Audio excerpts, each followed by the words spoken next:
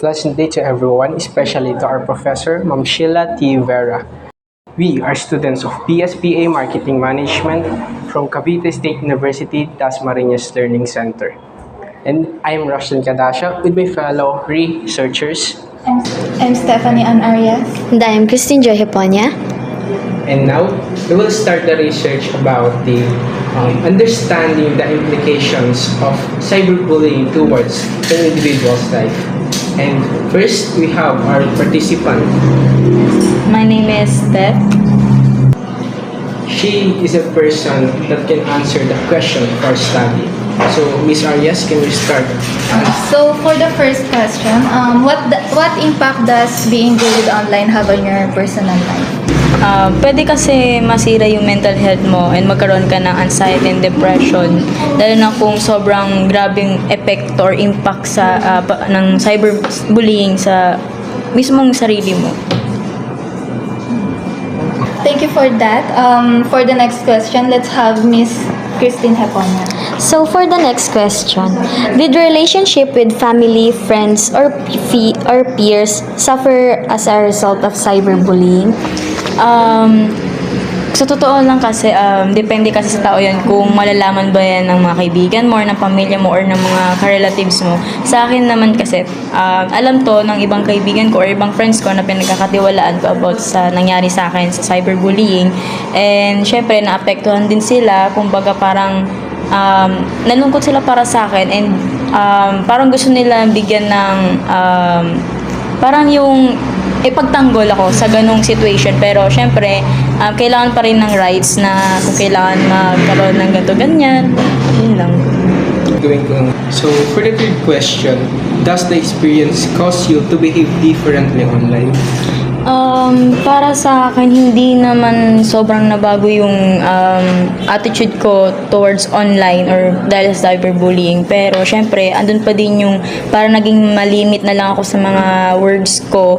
Kasi parang nakaka-trauma kasi na parang sabihin sa'yo na may konting sasabihin ka, tapos biglang ihirit na, ay ganda. Tapos parang magre-reverse yung tanong ko mismo sa akin. Kumbaga, babalik yung parang ako na naman yung magiging topic sa ganong situation sa online.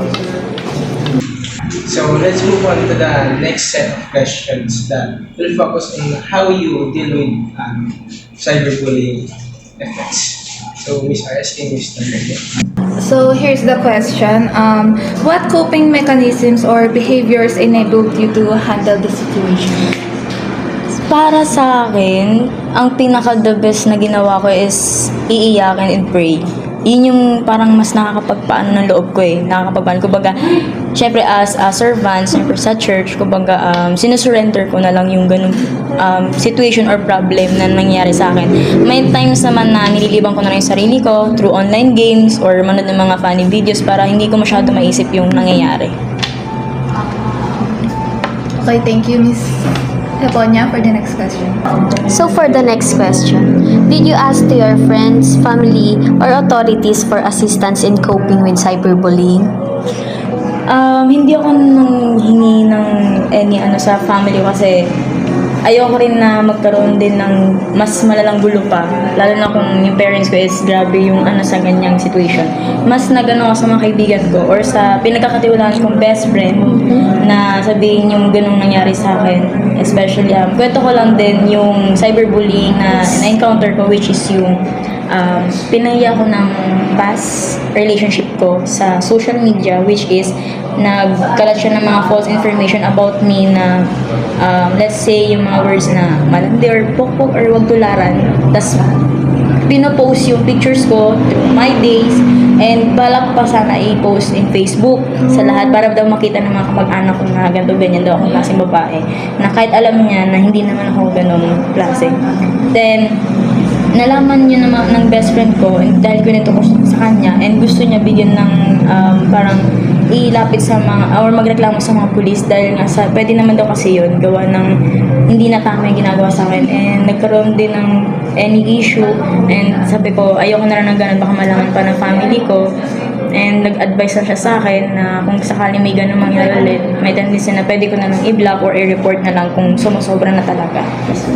Sorry to hear that. Pero, pwede ba ako magtanong ng iba pa? Like, ilang months bago ka naka-recover dun sa nangyari na yan? Since 3 years kami na relationship, so sobrang toxic talaga nun. So siguro mga half months bago siya na nasabi na okay na ako and parang kinalimutan ko na lang. Pero syempre, may trauma ka pa din. Hindi mo agad-agad makakalimutan yung mga ganung situation. Lalo na kung grabe yung impact talaga sa'yo. Halos maapektuhan na yung mental health mo, yung mismong emotionally mo, pati physical mo. Halos hindi mo na alam kung ano gagawin sa sarili mo. And nagkaroon din ako ng depression. Doon, yung depression ko, speaking of depression, lumalayo na, dumating na sa point na parang gusto kong natapusin yung life ko. And yung anxiety na yun, nagsishaky yung hands ko and hindi napapakali yung sarili ko. May times na hanggang ngayon umaatake pa rin siya, pero kahit pa paano, na kukontrol ko naman siya. Kasi, kumbaga parang ayaw ko na lang din isipin yung mga nangyari in the past. Pero, gaano kalaki yung tulong ng friend mo na, nung nalabas mo yun sa kanya? Sobrang laki, as in, lalo na yung sa mga ka-churchmates ko. Inopen ko kasi yun sa elder namin na tinatawag na ganun nangyari sa akin. Sabi sa akin, kumbaga, hindi nila expect na ganun yung nangyari sa akin kasi ang alam nila, servant ako, tapos walang ganun nangyayari. And then, yung nalaman nila yun, na buti daw, nalagpasan ko yun, syempre, ginamit ako ng strong power ng prayers, kasama talaga yun. Iniyak ko talaga lahat, pati sa kaibigan ko. Halos gusto ko na lang talaga na isigar, magwalan. Dumating din sa point na sobrang wasted talaga ako. Nagpakalasing talaga ako, as in, nagwala talaga ako or what. Hanggang sa nagkaroon ng any issue sa katawan ko or complication sa katawan ko. Kaya hindi ko masisisi kung ba't na ganun nangyari sa akin. And for now, kung dati, kapag binikwento ko siya, hindi ko kaya kasi naiiyak talaga naaalala ko nangyari. Pero ngayon, sa tuwing nakwento ko, parang happy na ako kasi nakalayan ako sa ganung relationship na sobrang lala talaga na hindi ko akalain na makakalaya pa pala ako sa ganung part. Akala ko hanggang doon na talaga ako. Akala ko nasa hell situation pa rin talaga ako ng habang buhay. So, yun lang. Lesson learned na din siya. Lesson learned, no? yes. So, ayun for our last question naman, Mr. Cadasio. So, for the last question of our research, what knowledge do you gain from the experience that you currently apply to yourself in online interactions? Para sa akin, ayoko na lang magbigay ng mga sobrang daming information about sa akin, lalo na kung sa online. Kasi online din siya na-meet nun. And then, syempre, 1 year kami after magkita talaga. Tapos, sinare ko sa kanya yung mga information na meron sa akin, ganyan. Tapos, yung maski yung accounts ko, mga social media accounts ko, pinagkatiwala ko sa kanya lahat-lahat. Tapos siya may hawak nun. Din ako nagkamali sa part niya na hindi ko pwede pagkatiwala lahat doon sa tao na hindi ka sigurado na siya talaga ang mas makakasama mo ng matagal. Lalo na kung ganyan yung naging treatment sa'yo. Parang yun yung ginagamit na weakness mo para hindi ka magpatuloy sa buhay na meron ka. Kumbaga parang mas dinadown ka kaysa iangat ka pa. Tapos yung pinaka-natutunan ko din dito is yung hindi ako masyadong nag-i-interact sa kanya na kung ano-anong, syempre, sabihin natin yung mga anybody, kasi parang yun yung ginagamit niya para lang masira yung buong ako kaya yun ang natutunan ko na hindi ka pwede magtiwala sa kahit anong bagay, kahit sabi mo partner ba yan, hindi mo sure kung tama ba yung nag-edit. Kaya kapag may makilala man kayo na or makikilala someone na ganyan, make sure na obserbahan nyo mismo and tingnan nyo mismo kung marunong ba siya umunawa or tumingin ng situation para intindihin ka sa lahat ng anong bagay. Para hindi dumating sa point na gano'n. Kasi mahirap. Mahirap kasi mahirap. So, to end this question, do you have any suggestions for those who experience cyberbullying or to prevent or avoid this kind of bullying? Ang masasabi ko lang, based on my experience na narinig ninyo about sa nangyari sa akin, sana mas piliin yung isurrender na lang lahat kay Lord. Kasi yun ang pinaka-best and effective way na mapopoke nyo yung naranasan ninyo, and mas okay din na may masasabihan kayo, mas okay na alam ng family ninyo kaysa yung sa hindi alam ng family nyo na gano'n na pala nangyayari, nalalaman nila na nagkakaroon na ng something sa buhay ninyo. Syempre, mas piliin nyo na i-aware lahat ng importanteng tao sa buhay ninyo. Kasi mahirap kapag sinasarili mo yung mga ganong situation, lalo na ganun na nangyayari or epekto sa sarili mo na parang gusto mo na pagtangkain yung buhay mo or what. Huwag lang susukoy, laban lang. Ganun lang ang mismong pinaka-strong power na dapat gawin. So finally, Miss Steph, thank you for your courage sharing your experiences sa cyberbullying, and salamat din sa pagbibigay ng payo para sa mga nakakaranas ng cyberbullying, and para sa mga tao para maiwasan nila yung mga gantong di magandang bagay sa social media. Thank you sa inyo dahil ako'y napili ninyong participants para mag-share ng mga information about cyberbullying na naranasan ko in life. And yun lang. Thank you din po, Miss Steph, for sharing your experience. Thank you. So, after interviewing our first participant, let's move on sa ating second participant. I am Flores Ann Incentino. I'm June Marito Rossi. I'm Cedric Reyes. And here's our second participant, Miss Chrislyn Taongka. We have 6 questions here about our topic, and your first question is, what impact does being bullied online on their personal lives? Being bullied online gives a lot of impact on ourselves and sa pinaka-personality natin in terms of coping. So, ang pinaka-impact niya sa akin, personally, is being bullied online gives an effect sa akin na parang madali akong na-insecure, and I'm really bothered sa kung anong sinasabi or sa maaring sabihin ng iba sa akin. So, like, if ever I'm going out, so if nung na-experience ko mabully online, parang I'm very conscious sa kung ano yung pwedeng sabihin nila sa akin in terms of my physical appearance, my body shape, or even just the way I'm walking. So, parang I became really insecure after what happened. So, that's the impact. Thank you for that. Parang ano na siya na nakaka-trauma magtiwala. Like, Yeah, I mean, in terms of sa kung anong pwede nilang sabihin sa'yo, even sa parang kapag nakatilikod ka sa kanila, or worse, kapag bulgaran nila na sinasabi sa'yo. I mean, it's nice to confront someone about their, your issues, pero in a nice way as possible. Yeah, kasi being bullied is malayo siya sa pag-confront. Bullying and confrontation is really different. Yeah.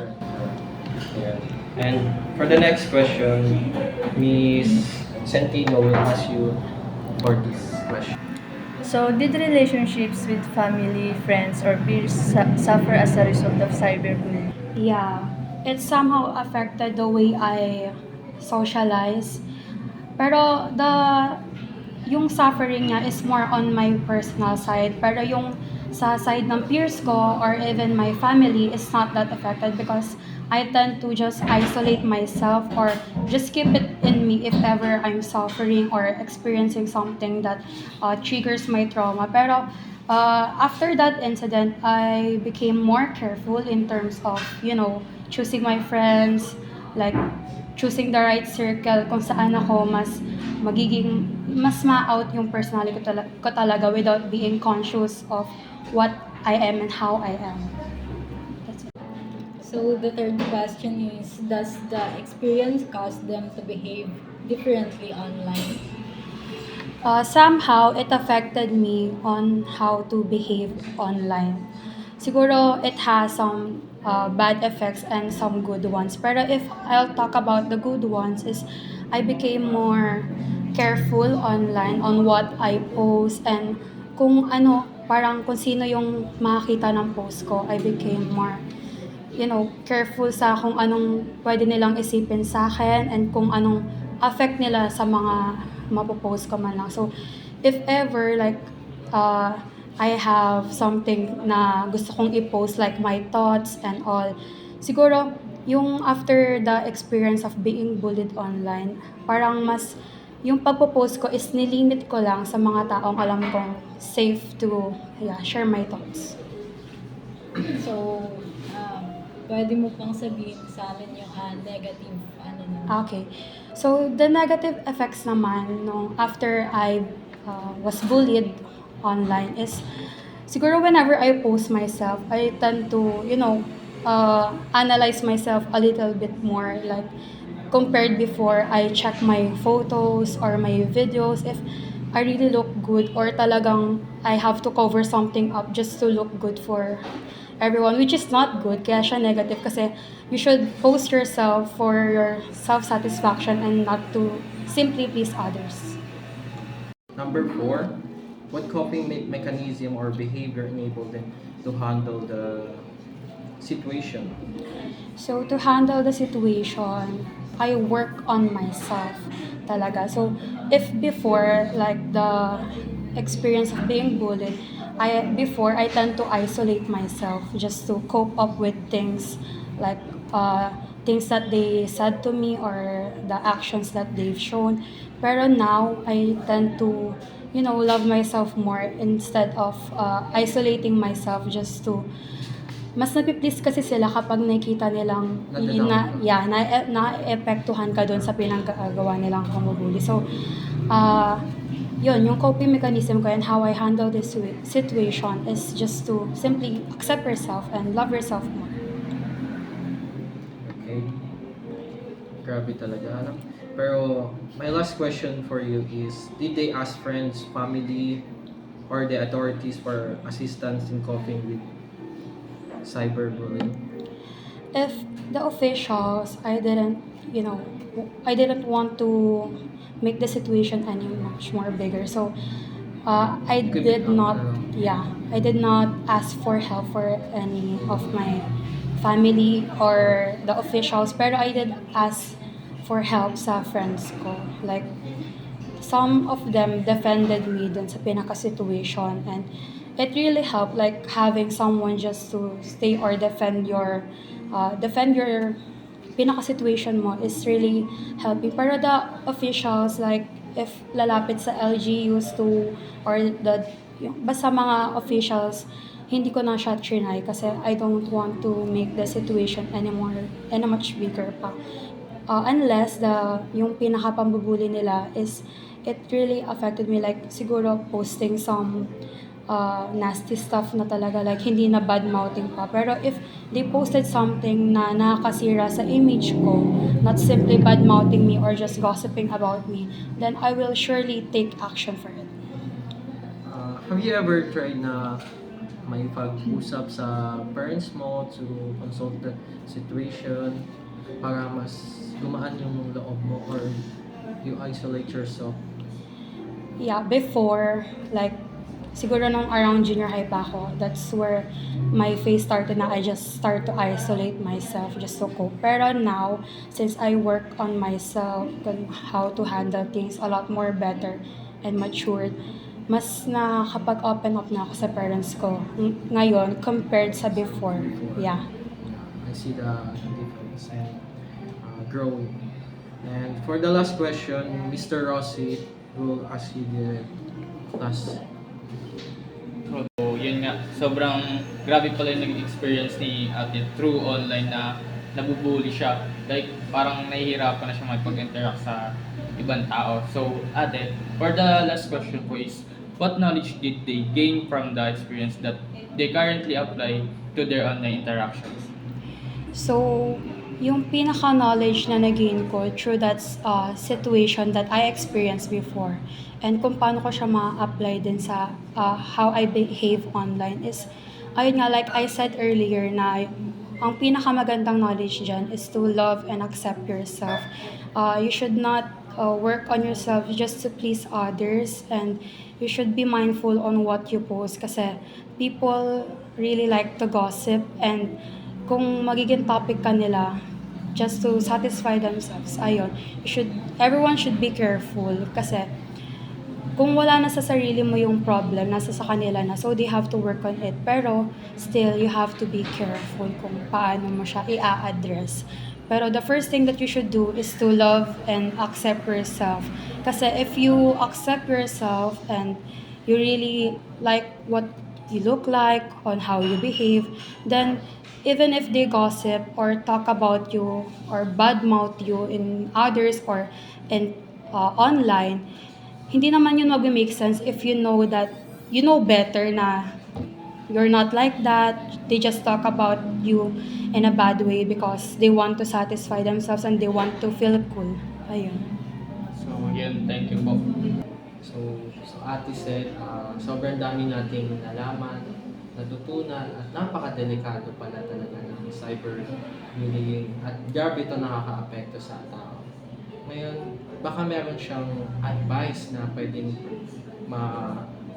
knowledge ng mga nanonood para mas be careful na sila sa mga sasabihin or ipopost nila dun sa tao na pwedeng tawag dito makatanggap.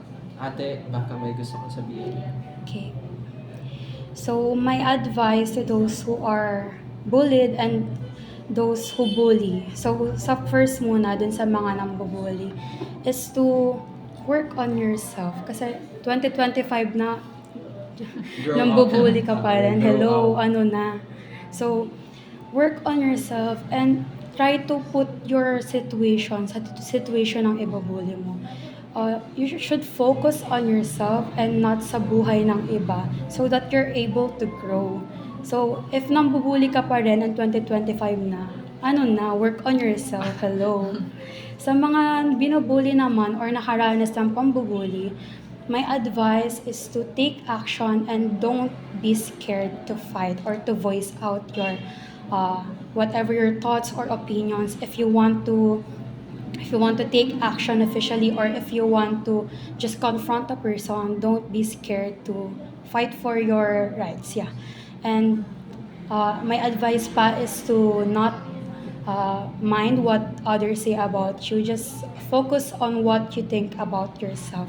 And by that, you'll be able to grow and see yourself in a completely different light as a person who is valued and is worthy. Last naman ulit sa mga nambubuli, hindi nakaka-cool ang pambubuli. So, hello, parang hindi mo kinaka-cool yan. So, wala naman kasing bully if walang nambubuli.